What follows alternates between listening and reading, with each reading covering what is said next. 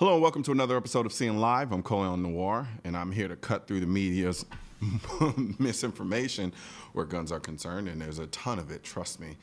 One source we know we can count on is Dr. AWR Hawkins, the Second Amendment reporter for Breitbart. What's going on? Hey, not a lot, man. Good to be with you. Yes, sir. Yes, sir. As you can see, it's doom and gloom here in Dallas, man. You know, I got the appropriate attire on, all black, you know, my typical wardrobe, more or less. It's fixing the storm. Yeah. We were due for some rain here. It's been too nice for the past couple of days here in Dallas, and you know, in Texas, you know, things can't go well for too long in terms of weather. You know, we got to upset the standard somehow. Yeah, you get your 2 or 3 day run. That's about it. Yeah, pretty much. Or you just wait 5 minutes and the weather will change at some point. Right. Yeah, when I was in Lubbock at Tech, honestly, it was that way. Might be sunny in the morning, at night might be a dust storm. You wake up in the morning to thunderclouds, a tornado warning. So you got all that in 24 hours. It was just a ride. I love it. Yeah, we're talented down here with respect to that. I'm actually one of the very few people who actually love overcast days. Now, this is a little bit extreme, but I do love overcast days. Right. And I can't say that I do. I think I get a little depressed. Really? I like seeing the sun, but you know, I don't mind a good spring rain though. Mm-hmm. I love the smell of spring rain in Dallas. It's a great city. Fair enough. I would have to agree with you on that.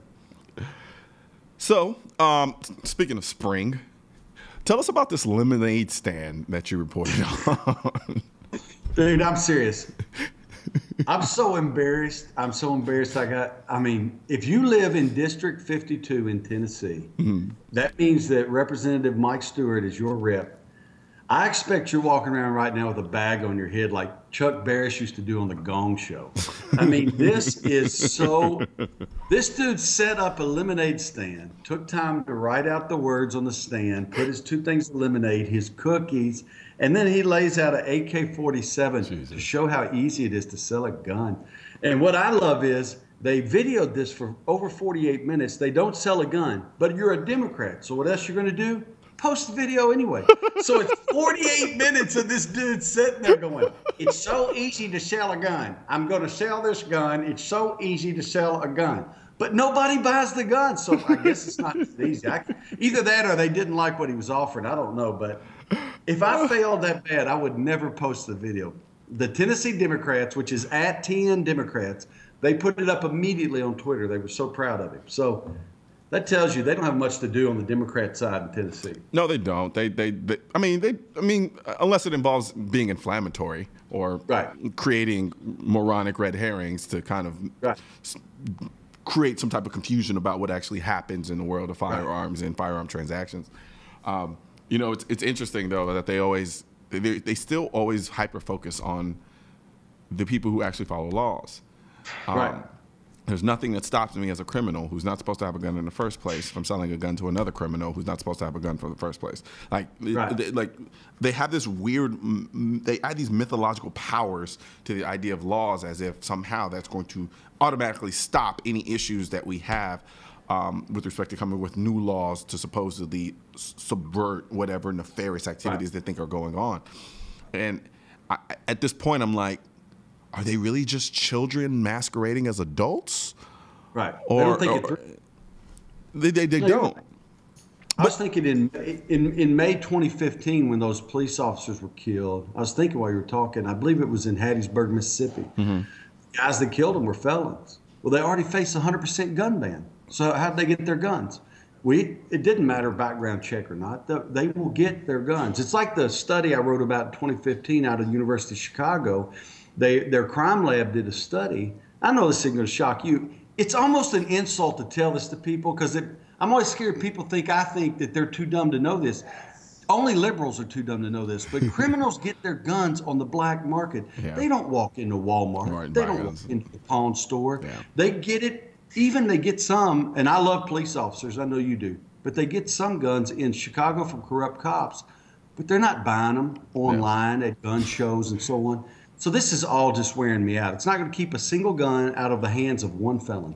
You know, and what's even more laughable is there's like these very cutesy, like ways they go about doing things. Like everything has to be like this grandstanding of some type of cute form of advocacy that oversimplifies the issue at hand and is almost disrespectful to the issue.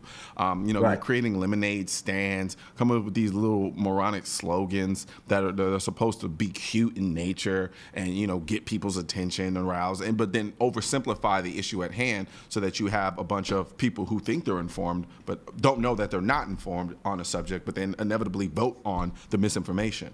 That's incredibly dangerous. It is dangerous, but he had a little feel, in my opinion, for how dangerous this was, and I'll tell you why. Especially, again, I'm going to say it, if you're in the 52nd District in Tennessee, this is your boy. This is your boy, Mike Stewart. He's sitting behind that stand, and when the reporter tries to corner him and goes, why does anybody need to own an AK-47? Instead of coming all out gun ban, he would go, well, I do know there are some people who think they need them, and I don't want to keep.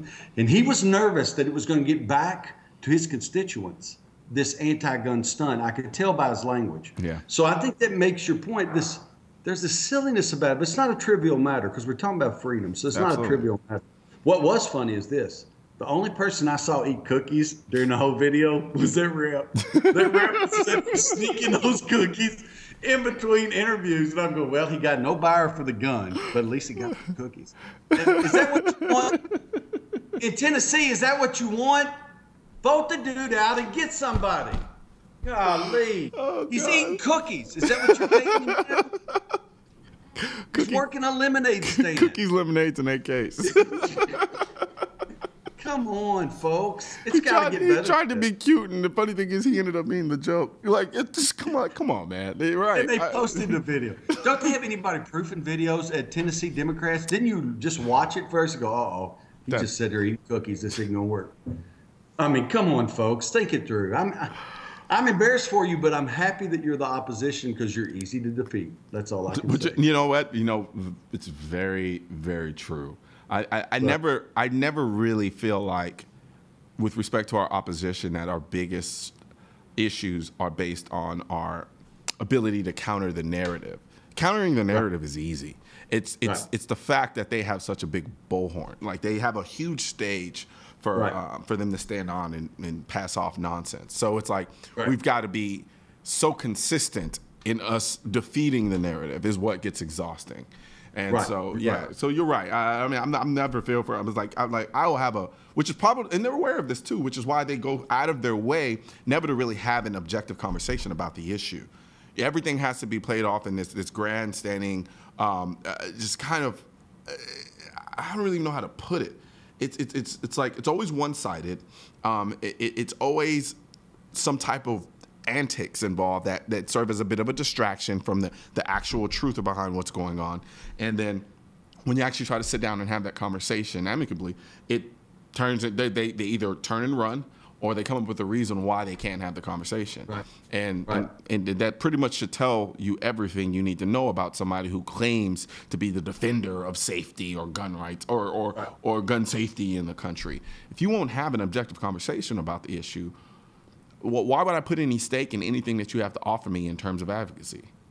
Right. You're exactly right. I agree. And, to me, your larger point about the bullhorn is important, too.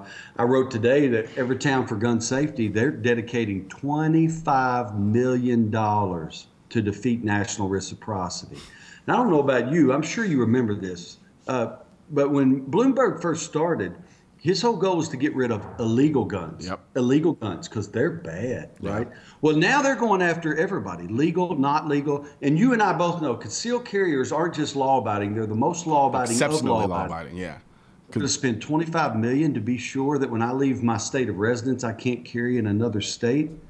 Come on, folks. But see, that argument, it collapses when I treat it right in an article. Yeah. But they have the bullhorn, because they have the billions that Bloomberg just keeps throwing at it. And what's interesting is I love the way they make it seem like the NRA is just this massive money pit of advocacy where they can buy any and everybody that they possibly want, not realizing what we spend comparatively, at least what the NRA spends comparatively, is peanuts compared to what they have access to in terms of resources. And that's been established over and over and over and over again. But then at the same time, then they'll also try to vilify the money behind our advocacy as if they're not engaging in the same form of advocacy. Right. As if Gabby Giffords and Mark Kelly aren't living like kings now if they started a gun control group and people are just dumping money in left and right. It's just to your point. It's the real world. I love how this is the gun lobby. Like you and I are part of the gun lobby, but there's no gun control lobby funded by billionaires. I mean, come on, folks. It doesn't work. It doesn't. Well, we're going to talk more with AWR after this quick break, so don't go away.